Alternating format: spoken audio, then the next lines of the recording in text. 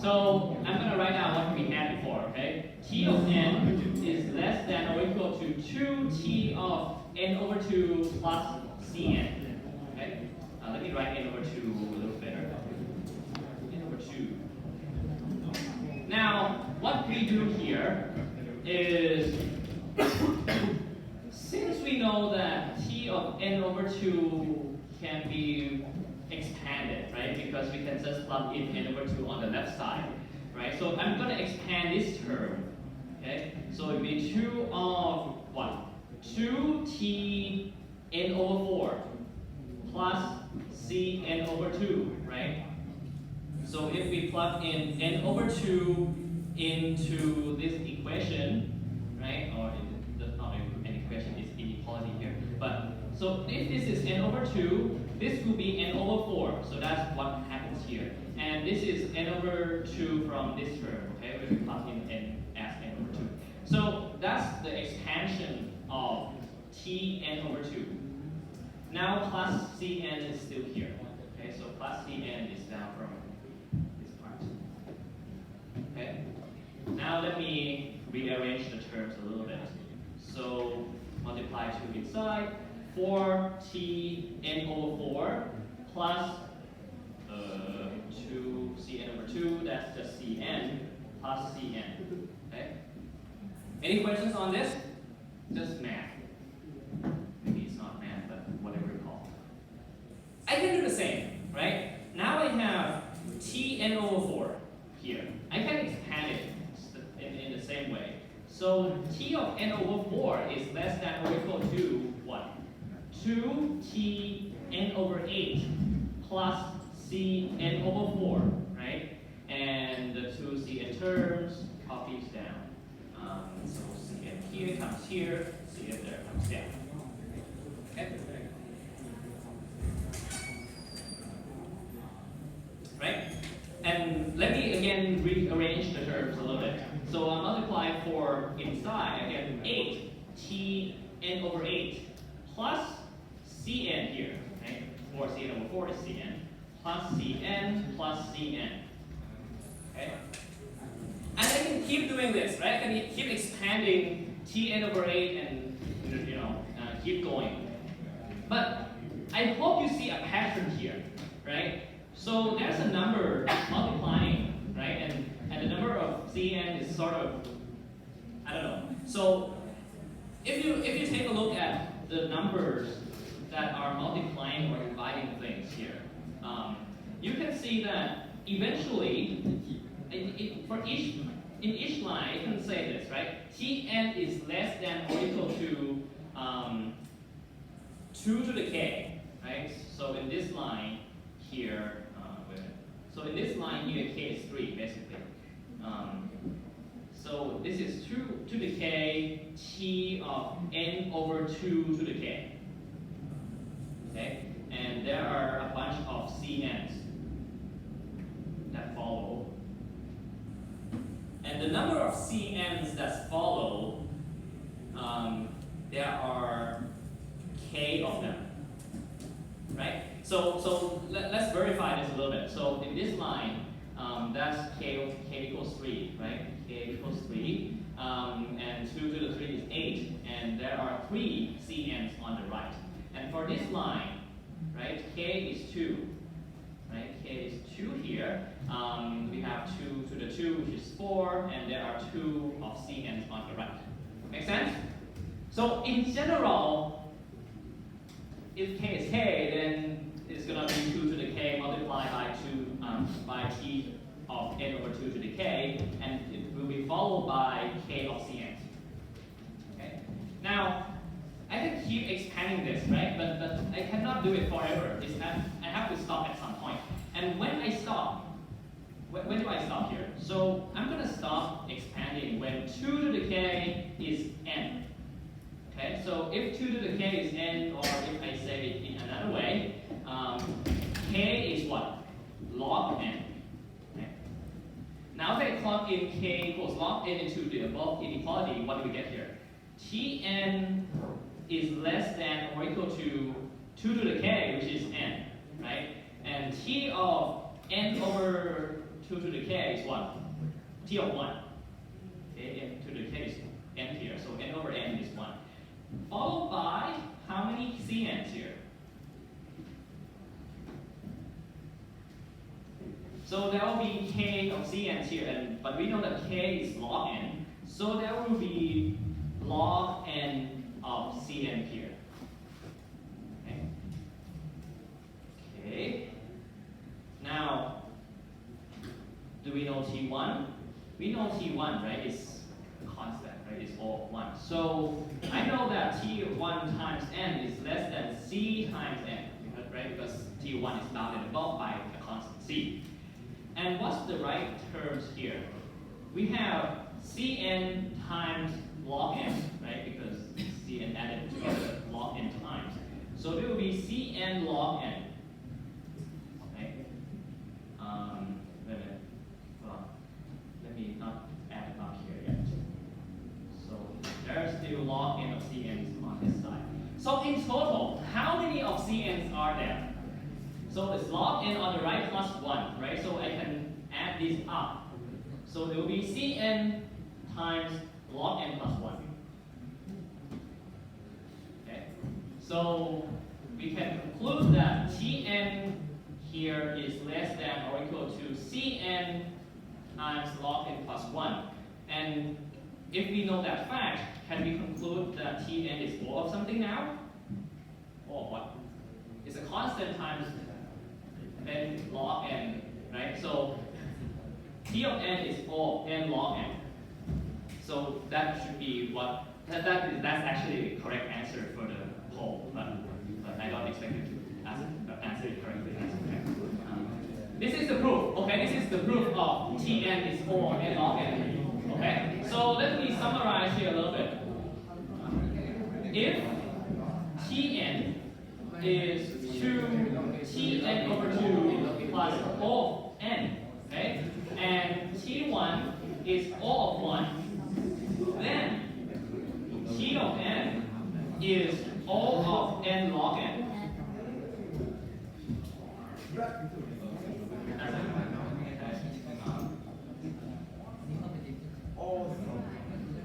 Okay? Any questions? Where is the signature sheet? Anyone has to sign? Did you sign? Where is the signature sheet? Oh, here. Oh. Anyone has to sign? Welcome. Okay, so this is basically merge sort. Okay. I have another problem to talk about in the time that we have. So there's another problem called inversions. In Thai is การหกพัน inversions.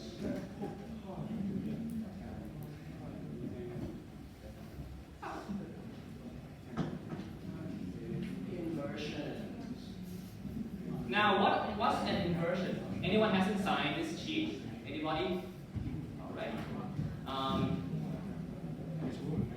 So let me define what an inversion is first. So we have a sequence of numbers. We have n numbers.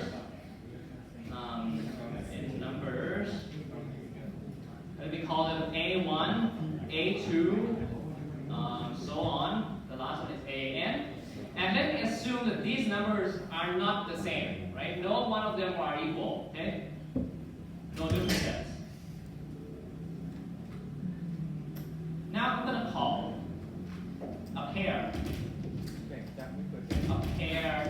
AI, AJ, okay? Pick two of the numbers into a pair. Okay, I'm going to call this pair as an inversion.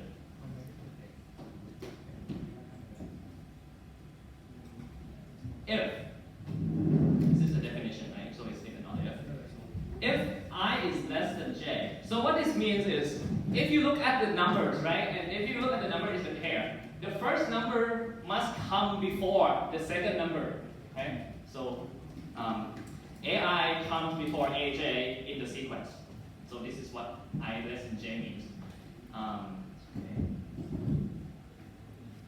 AI comes before AJ in the sequence.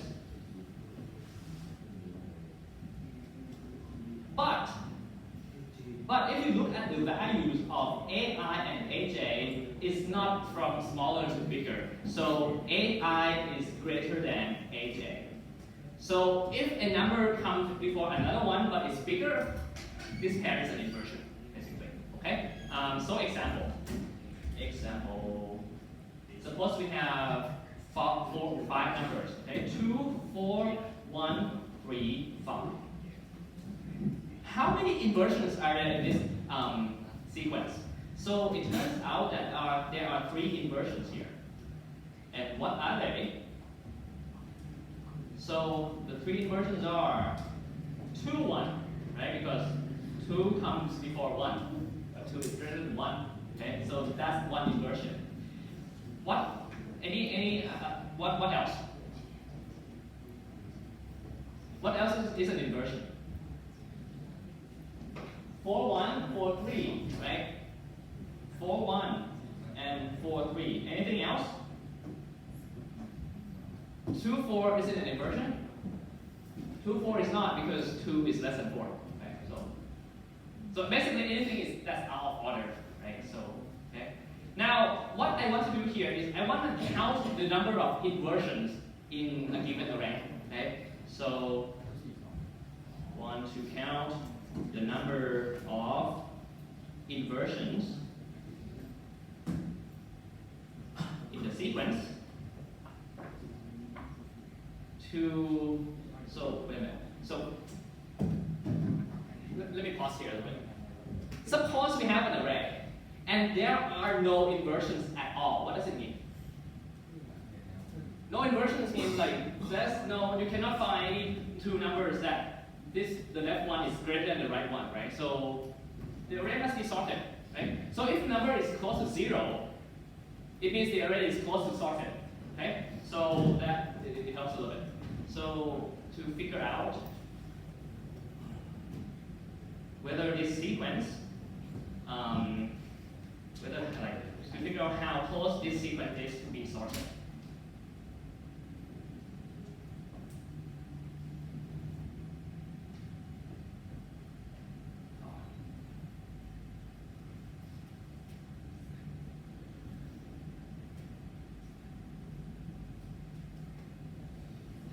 Let me note here that if there are no inversions at all, 0 inversions, it means that the array or the sequence is already sorted.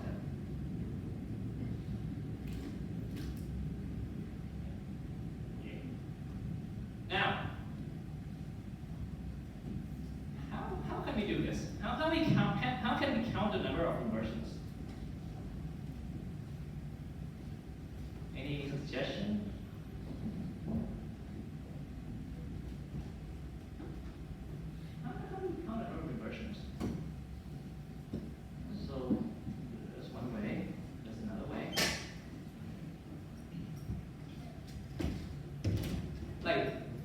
I want an easy way to do it. I don't want to think about it too much. Loop, okay. So we're going to count the number of pairs that satisfy a property, right? So a pair that, the first number is greater than the second number. Well, we'll just go through all the pairs. Can we do that? Go through all the pairs and see if any of them, the first number is greater than the second. So consider each pair one at a time.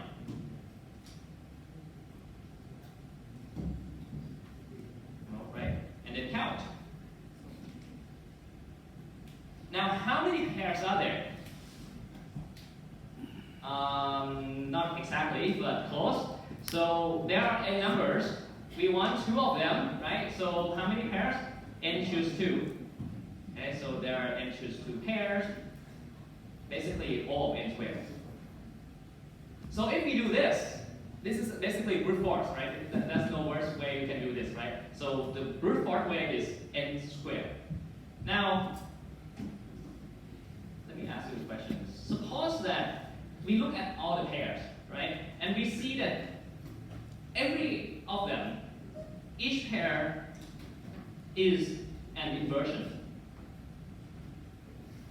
What can we say about the sequence? Each pair that we look at, always an inversion.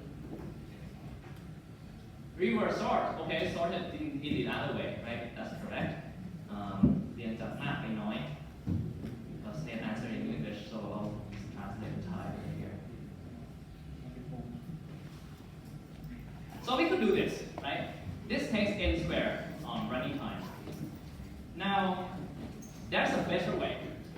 It turns out that we can take the merge sort algorithm and modify it a little bit to solve this problem. Okay, so the idea, and then we're not gonna finish this time. We're gonna continue next time. But we're gonna augment. So augment.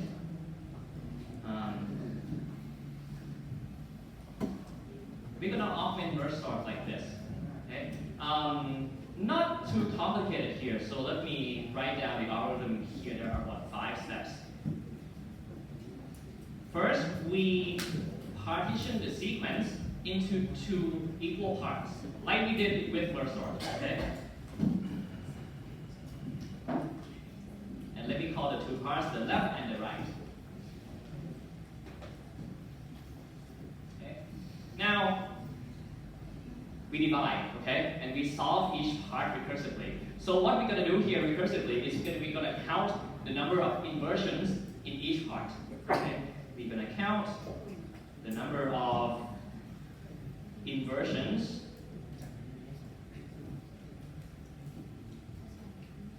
on the left side, and we also sort. Okay, so that's why I said we augment. So we count the number of inversions, and at the same time, we sort the elements. Okay? And sort. We call this recursively. Recursive way. So that's step number 2. So once we count the number of inversions on the left side, we get some number, right? So let me mark this quantity number 1. Okay. Next, what do? We do the same thing on the right side. Do the same thing on the right side. Do it recursively.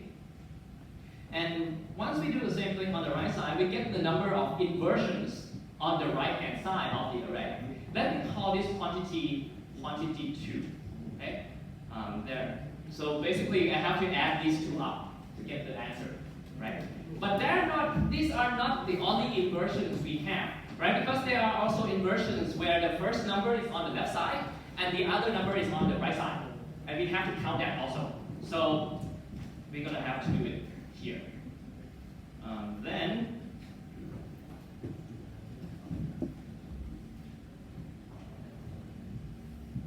count the number of inversions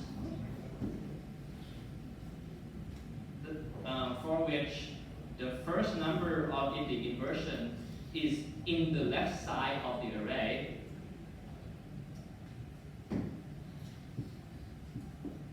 but the second number is in the right part of the array.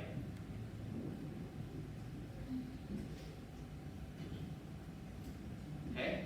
So once we count this, we get some other number. Let me call this quantity number 3. Okay? So we count the number of inversions that goes across the parts, right? But we also merge, like what we did in merge sort. We also merge these 2 parts into 1 that's sorted.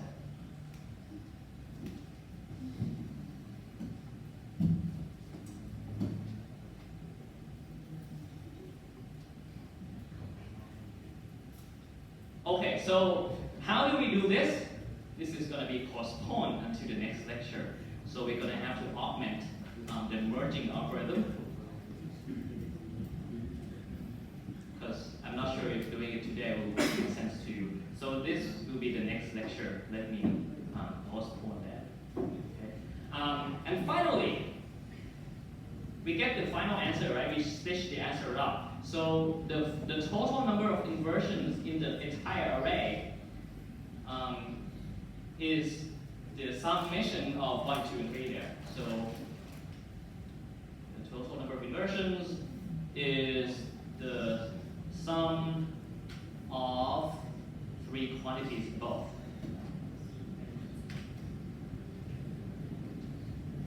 So the answer would be 1 plus 2 plus 3 there.